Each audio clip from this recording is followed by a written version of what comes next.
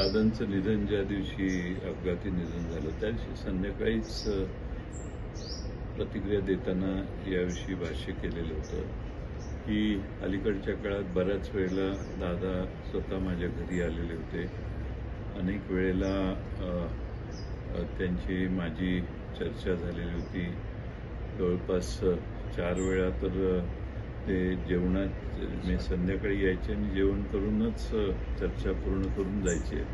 त्यामुळं बऱ्यापैकी त्यांची इच्छा होती की साहेबांच्या देखतच मला हे सगळे दोन्ही पक्ष आपले एकत्रित करायचे आहेत आणि माझ्याबद्दल जी जनमानसात आहे ते सगळं पुसून मी पुन्हा साहेबांच्या पक्षाबरोबर एकत्रित यायला तयार आहे. आणि त्यांचा आग्रह होता. त्यामुळं एकदा नाही जवळपास 8-10 वेळा माझ्याकडं त्यांच्या बैठका झाल्या आणि बैठकीचं ठिकाण माझं घरच होतं आणि माझ्याकडं येऊन बऱ्याच वेळेला पहिल्या 2-4 बैठका तर त्यांनी त्यांच्या भावना व्यक्त करण्यातच खर्च झाल्या आणि त्यांचा प्रचंड साहेबांच्याबद्दल आदर होता. साहेबांच्या बरोबर जे झालं ते सगळं विसरू आपण आणि मागच्या 2-2.5 वर्षाचा कालखंड मागं टाकून आपण सगळे एक होऊ आणि महाराष्ट्रात राष्ट्रवादी काँग्रेस पुन्हा एकसंघ करू ही त्यांची अंतिम आणि फार तीव्र अशी आग्रहाची भूमिका होती.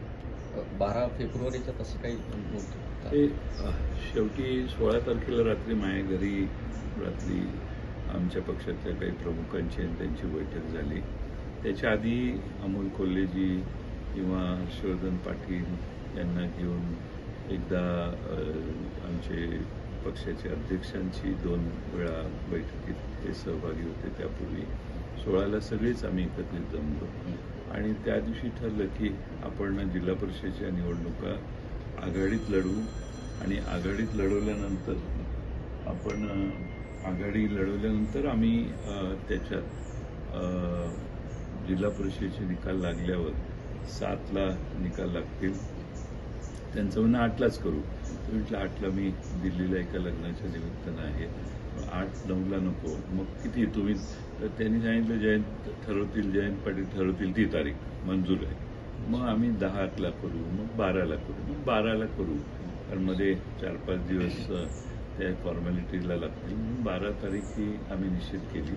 दुसऱ्या दिवशी पहाटे उठून आम्ही त्यातही योगायोग असा की आम्ही सगळे इतके होतो की आम्ही सहज गमतीनं म्हटलं दादा विमानानेच उद्या सकाळी पवारसाहेबांना भेटायला बारामतीत जाऊ. आम्ही ज्याला फोन केला त्याने सांगितलं नाही ती धावपट्टी लहान आहे, माझं विमान काही तिकडे उतरणार नाही. मग आम्ही लगेच निर्णय घेतला की गाडीनं जाऊ. पहाटे निघून आम्ही पवारसाहेबांच्या समोर 8 वाजता बसलो आणि तिथं सविस्तर चर्चा झाली आणि 12 तारीख आम्ही सगळ्यांनी निश्चित केली आणि साधारणपणाने 8-9 पर्यंत हे जिल्हा परिषदेच्या निकालाचे पडसाद उमटतील आणि 10-11 तारीख मोकळे झाले की 12ला याचा निर्णय घेऊ अशी आम्ही पूर्ण चर्चा केली. पण अजितांच्या नेमकं मनात काय होतं, म्हणजे सत्तेमध्ये जाऊन एकत्र राहायचं काय? नाही, आधी दोन्ही पक्ष एकत्रित करायचे याच्याबद्दल त्यांचा आग्रह होता. आता त्याचे बरेच तपशील आहेत. मग ते आता इतक्या छोट्या काळात मी कधीतरी मोकळ्या वेळी त्याचाही खुलासा मी करेन. पण फारच सविस्तर आणि अनेक वेळा त्याची चर्चा आमच्या सगळ्या बरोबर झाली. सुप्रियाताई त्यात काही वेळा उपस्थित ठेवायचा मी प्रयत्न केलेला होता. त्यामुळं बऱ्यापैकी चर्चा पुढे गेलेली.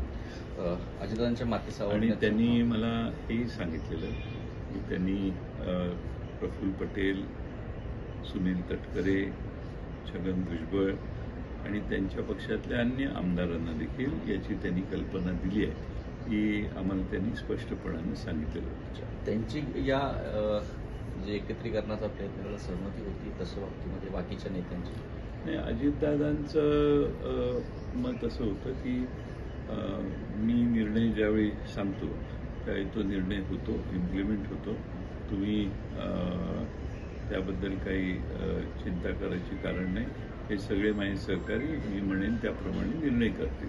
अजितदादांच्या माती सावरण्याचा कार्यक्रम कालच झाला आणि ज्या पद्धतीने तातडीनं घडामोडी घडल्या, सुनेत्राबाईंनी तातडीनं मुंबईला रात्री पहाटे रवाना झाले, आज मुख्यमंत्रीपदा शपथ होईल गटनेता, या सगळ्या ज्या इतक्या घडामोडी तातडीने घेत आहेत, शपथविधी तो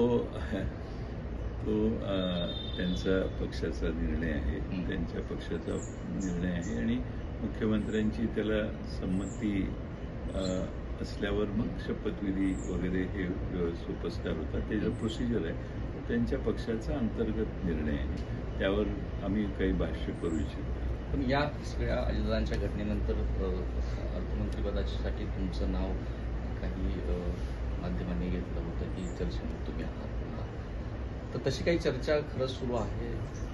नाही, असं आहे की त्यांचा पक्ष आज तरी किमान फिजिकली स्वतंत्र पक्ष आहे त्यांचा आमच्यापासून, आणि त्यांचा पक्षाचे निर्णय हे आता सध्या दिसतंय की प्रफुल्ल पटेल आणि सुनील तटकरे हे त्यांच्या पक्षाचा निर्णय आणि काही प्रमाणात कदाचित भुजबळ साहेब असतील हे तिघं घेत आहेत.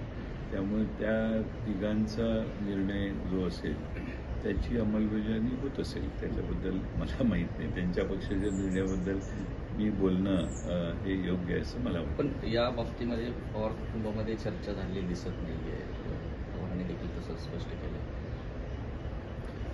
मी परवा ज्यावेळी दादांचं फ्युनरल झालं त्यानंतर मी निघून आलो इकडे. सुनेत्रा वहिनींना आणि जाऊन भेटलो त्यांना, मी आणि माझे काही सहकारी, विशेषतः हर्षवर्धन पाटील, राजेश टोपे, शशिकांत शिंदेसाहेब आमच्याबरोबर होते. असे आम्ही काही लोक सुनेत्रा वहिनींनाही भेटलो आणि मग आम्ही निघून आलो. त्यानंतर मला माहीत नाही काय. तुमच्या आणि अजितदादांचे वैयक्तिक संबंध चांगलेच होते नेहमी. काय आठवणी तुम्हाला अजितदादा गेल्यानंतर आठवत आहेत? विधिमंडळाच्या तुम्ही काही आठवणी आवर्जून सांगता, वैयक्तिक तुमच्या चर्चा? नाही, अजितदादांच्याबद्दल प्रचंड आठवणी आहेत, कारण 1995 सालापासून म्हणजे 91ला ते विधिमंडळात आले आणि मी 90 साली विधानसभेत निवडून गेलो. त्यानंतर 92-93 पासून आणि 95 नंतर विरोधी पक्षात आम्ही 99 पर्यंत होतो आणि त्यानंतर मग एका सरकारमध्येच आम्ही काम केलं. अगदी विरोधी पक्षात असताना देखील शेजारीच आम्ही एकत्रित बसायचो आणि त्यामुळं बऱ्याच आठवणी आहेत, म्हणजे अगणित आठवणी आहेत. त्यांच्या स्वभावाचे पैलू आम्हाला फार बारकाईनं माहिती आहेत. अनेक असे संवाद आहेत की जे संवाद फार राजकीयदृष्ट्या देखील कदाचित महत्त्वाचे ठरले असते, पण आता त्या आठवणी आहेत आणि बऱ्याच प्रदीर्घ काळाच्या आठवणी आहेत. तुम्ही याही घटनेतनं अजूनही सावरलेले दिसत नाही, कारण शोकाकुल वातावरणामध्ये लोकांच्या आग्रहास्तव प्रचारामध्ये तुम्ही बैठका सातत्याने घेत आहे. एकूणच या सगळ्या प्रकारामुळे नीतीवर तुम्ही फार मोठा प्रश्न उपस्थित लोकांच्या बैठकीमध्ये केला होता, दुःख व्यक्त केली होती. हो, आता नियती अशी असू शकते याच्यावरच आमचा विश्वास नाही आणि त्यामुळं हा ॲक्सिडेंट कसा झाला असाही प्रश्न पडतो. कारण अतिशय सगळ्या गोष्टी ठरल्यानंतर दादांचं असं एकाएकी जाणं हेच मनाला अजून ॲक्सेप्ट होत नाही. आणि असं विमान पडू शकतं आणि असं करतं ही पहिलीच घटना आहे. त्यामुळं सगळेच ह्याच्यात गेल्याने अशा पद्धतीनं मृत्यू येतात अनेकाला, शेवटी प्रत्येकाला जायचंच आहे शेवटी, पण एवढ्या अशा पद्धतीनं ॲक्सिडेंट होणं हे आम्हाला तर कधी अपेक्षा म्हणजे कुणाच्या ध्यानीमनी येणार नाही. आणि ज्या काळात आम्ही एकत्रित येण्याची सगळी चर्चा त्याच्यावर शिक्कामोर्तब झालेलं, त्यानंतर असं होणं याला माझ्या दृष्टीतून मला तर फार मोठा धक्का आहे की असं कसं होऊ शकतं. त्यामुळे नियती खरं म्हणजे फार क्रूर असते असाच त्याचा अर्थ. पण या नीतीला दोष देताना जो तपास सुरू आहे त्याकडे तुमचं लक्ष आहे साधारण काय? ब्लॅक. मला ते तिथल्या एका सरपंचाने त्या गावातल्या असं सांगितलं की फार मोठा आवाज विमानात यायला लागला वगैरे वगैरे वगैरे, आणि तो नेहमीच्या आवाजापेक्षा वेगळा होता. आता काय टेक्निकल फॉल्ट होता, कसा झाला, कशामुळं झाला, त्याला कोण जबाबदार, हे सगळं काही अंशी, मला माहीत नाही ब्लॅक बॉक्समध्ये काय काय येणार, पण काही अंशी त्याच्यावर उजेड पडू शकतो. शेवटचा प्रश्न, तसं तुम्ही वयानं अजितदादांपेक्षा लहान होता, दिलीप वळसे पाटील असो, आरग पाटील असो, तुमच्यामध्ये काही संवाद त्यावेळी झाले होते की कोण पुढं असेल, कोण मागं असेल, तो काही तुम्ही संवाद खाजगी बैठकीमध्ये शेअर केला होता? मी शेवटी नेहमी विनोदानं म्हणायचो, तुमच्या चौघांत मी लहान आहे, त्यामुळे तुमचा नंबर पुढे आहे, तुम्ही काही व्हा म्हटलं, माझी काय तुम्हाला कुणालाच विरोध नाही, मला भरपूर वेळ आहे माझ्याकडं, त्यामुळे तुम्ही काही कुठल्याही पदावर जावा, माझी तुम्हाला शुभेच्छाच आहे, असं आम्ही विनोदाने म्हणायचो हसत हसत. त्यामुळं एकमेकाशी स्पर्धा करणं हा विषय कधी आमच्या चौघात तर कधी आला नाही. अधिवेशनात देखील तसंच व्हायचं, एका लेवलचीच मर्यादा टीका टिप्पणी हा, राहायची. मर्यादा सोडून एकमेक, आता आम्ही विरोधी पक्षात आहोत, ते एका बाजूला आहेत, मर्यादा सोडून मी कधी त्यांनी कधी माझ्याबद्दल भाष्य केलं नाही. आणि मला वाटतं की राजकारणामध्ये मर्यादा कशा राखायच्या याचा त्यांना पण भान बऱ्यापैकी चांगलं होतं. बरोबर, इच्छाशक्ती होती, तशी ताकदही होती अजितदादांची की मुख्यमंत्रीपद सांभाळतील, पण हुलकावणी दिली या नेत्याला मुख्यमंत्री. मला असं वाटतं की त्यांना त्यांच्या नेतृत्वाला मुख्यमंत्री होता आलं असतं, आणि ते झाले असते तर महाराष्ट्रात अधिक प्रभावीपणानं त्यांनी महाराष्ट्रात काम केलं असतं. त्यांची काम करण्याची फार ॲग्रेसिव्ह, एकदा काम ठरलं, निर्णय झाला, त्याची अंमलबजावणी करून घेणं याच्यात त्यांचा हातखंडा होता, आणि प्रशासनावर चांगली पकड होती. त्यामुळं ते अतिशय चांगले मुख्यमंत्री म्हणून महाराष्ट्रात त्यांनी काम केलं असतं. राष्ट्रवादीच्या कार्यकर्त्यांना आव्हान काय, म्हणजे दोन्हीकडच्या संदिग्ध अवस्था आहे, एकीकडे या चर्चा करत नाही,